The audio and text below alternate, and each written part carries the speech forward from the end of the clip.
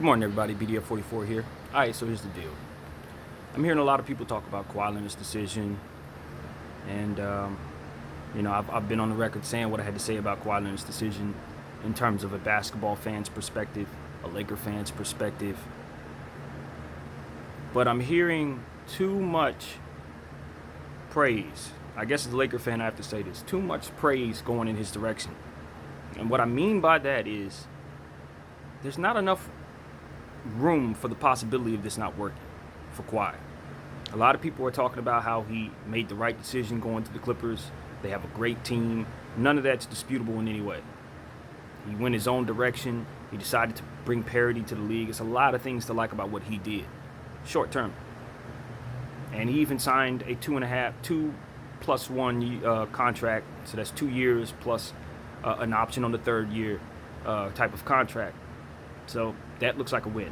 All of this looks like a win. He leaves himself with every opportunity to succeed. But here is what I have to say. On top of all the things that I've said on a positive tip, I just want to throw out there something in the opposite direction of that. Okay, so Kwahi Leonard obviously won a championship by himself, circumstantially. A lot of things went his way. Injuries, lucky bounces, stuff like that. It was a very, very blessed season for him. Very deserved win. He had went through a lot, and I think this was poetic justice for him in just about every way necessary. Wins championship, exercises his right to leave Toronto, comes home, beautiful story, brings Paul George with him. All of that seems just wonderful. There's only one problem, and it's not the problem that a Laker fan would say. He went to the Clippers, not the Lakers. Yeah, that's a problem, but that's only a problem for me as a fan. The problem is this man, Kwahi Leonard, had an opportunity to do something very, very special. And I don't think enough emphasis is being put on the fact that he passed up that opportunity. That's all I really wanted to come here and express. He left championships on the table, y'all. Most players get killed for that. Now, I know these are special circumstances, not to be erased, not to be poo-pooed in any way. But again, he left championships on the table. If he goes to the Lakers, they don't lose. So whatever happens with Clipperland, whatever happens in this big, huge, beautiful Cinderella story that y'all got going on right here, that I can't take part in because I'm on the other side of it, y'all just remember what I'm saying here. I don't know what the Lakers are going to do. I don't know what the Clippers are going to do. But if neither one of them win the championship this year, it's Kawhi's fault. Let's just keep it a buck. It's his fault. Because he chose to go against what looked like a very, very amazing opportunity. And that was his right. Maybe it was the right move. But I don't think enough people are questioning whether or not it is. And so that's where I'm coming in.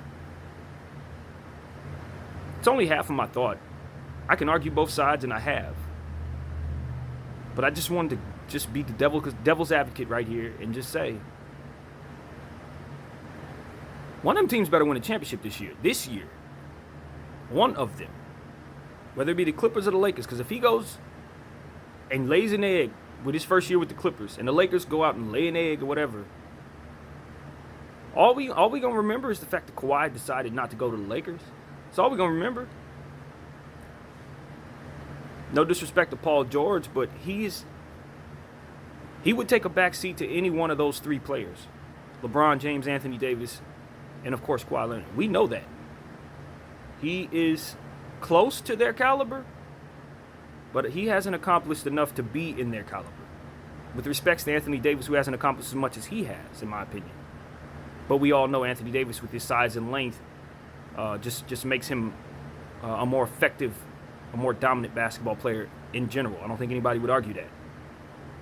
Notwithstanding the fact that I think Paul George had a better season than him last year. That's not to be ignored. But he's not, if the Lakers wanted to trade Anthony Davis for Paul George, I'm pretty sure we can get that deal done right away. I don't think Jerry West is going to blink twice. I really don't. So with that being said, we're going to see. Because Kwahi Leonard has chosen Paul George over Anthony Davis and LeBron James. And quite frankly, that's not wise. Let's just remove all the circumstances that we know about the situation, remove everything we know about everything, and just leave pieces of paper on the table with names on it. Ain't nobody taking Paul George over Anthony Davis and LeBron James. You got to be an arrogant something to do that, to believe that not only should you choose against those guys, but also try to go into their building and try to more or less undermine what they're trying to accomplish. Now, as a competitor, who's gonna be mad at that, right? That's amazing. It's a good thing. But on the other side of that is, you're really betting on yourself, bro. You're betting on yourself, and I don't want to be the person to say he shouldn't have that confidence after winning the championship by himself. But let's just be honest. A lot of things happen in order for that to take place. A lot of injuries and stuff, as I've already said. So it's like, are you sure this was the right move?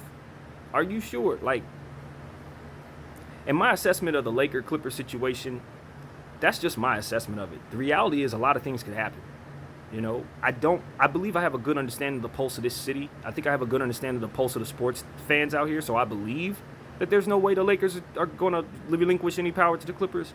But hey, this is Earth. Stuff happens. Things change. Some of that stuff is unpredictable. You just don't know what's going to happen. But I will say this. There's a reason why the Clippers have never won a single championship, been to a single conference finals, have a single jersey retired, have a single banner for Western Conference Finals, anything, nothing. They don't have any banners, any accolades, anything.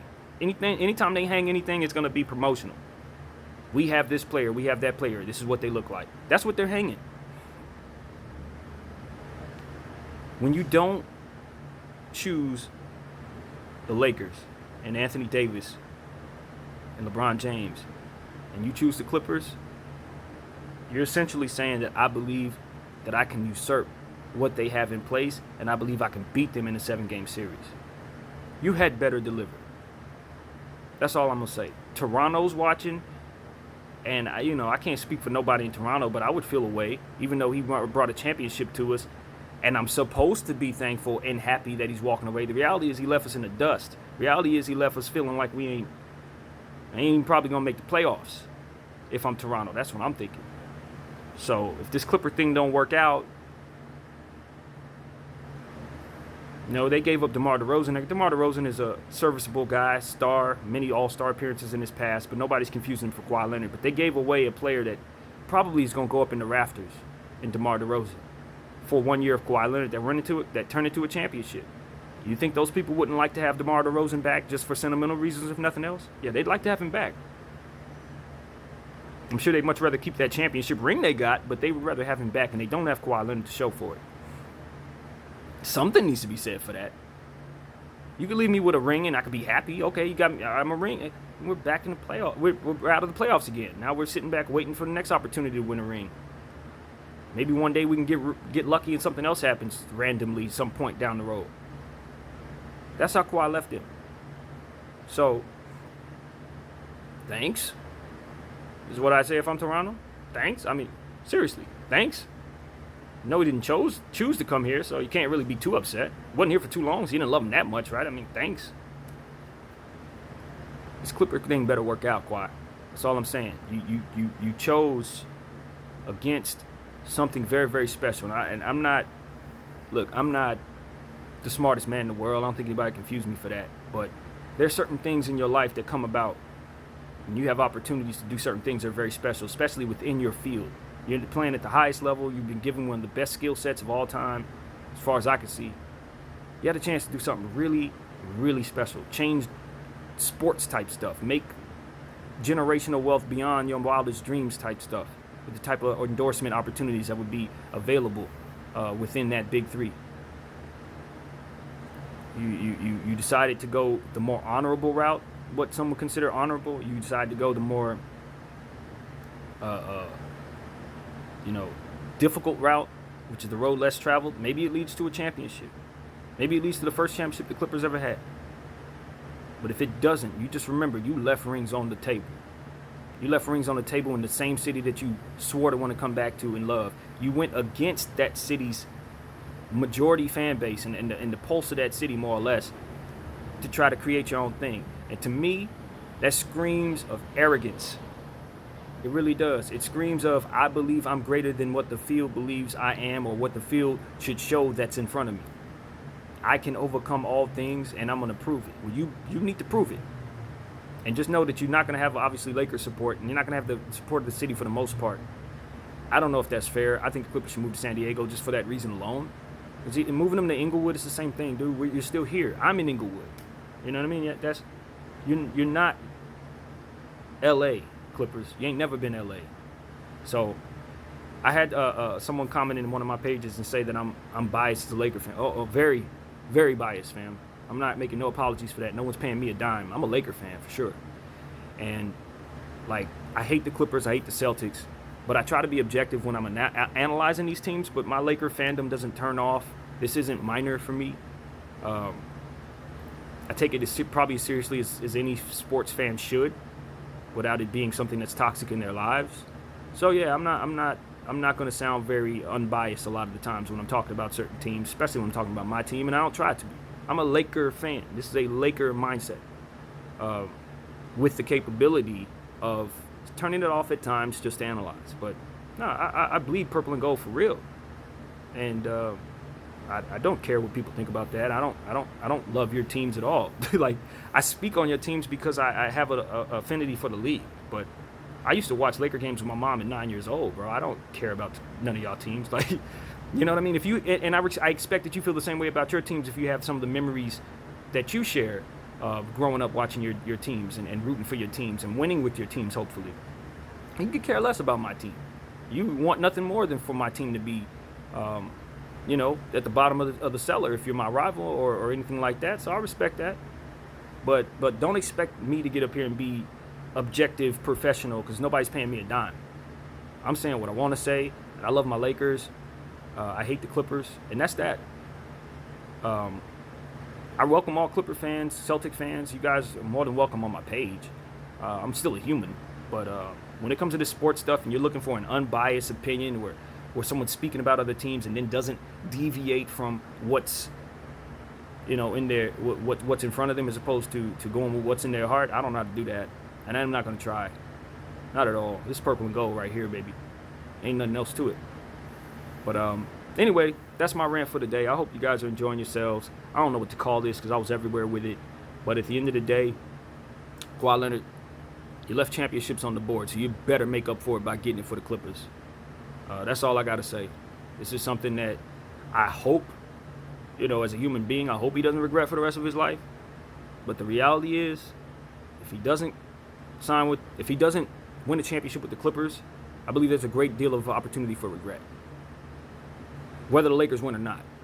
Because we know for a fact, if Kawhi was here with the Lakers, there would be no conversation about who's winning what. It would just be how can they make it through the season so we can get to the playoffs and run through people. And when it's all said and done, they're counting your rings, bro. They're not going to look at you and say, oh, well, he won one with San Antonio, he won one with Toronto Raptors, and he won one with the Clippers. Guess what that is? That's 3, bro. It's 3. That's how many you probably could have got with LeBron James and Anthony Davis. So, hey, do what you do. God bless you and your family. As a Laker fan, I'm hella salty. I ain't gonna pretend I'm not. But there's more to say about this situation than just my salt. You left a lot out there. That's all I gotta say.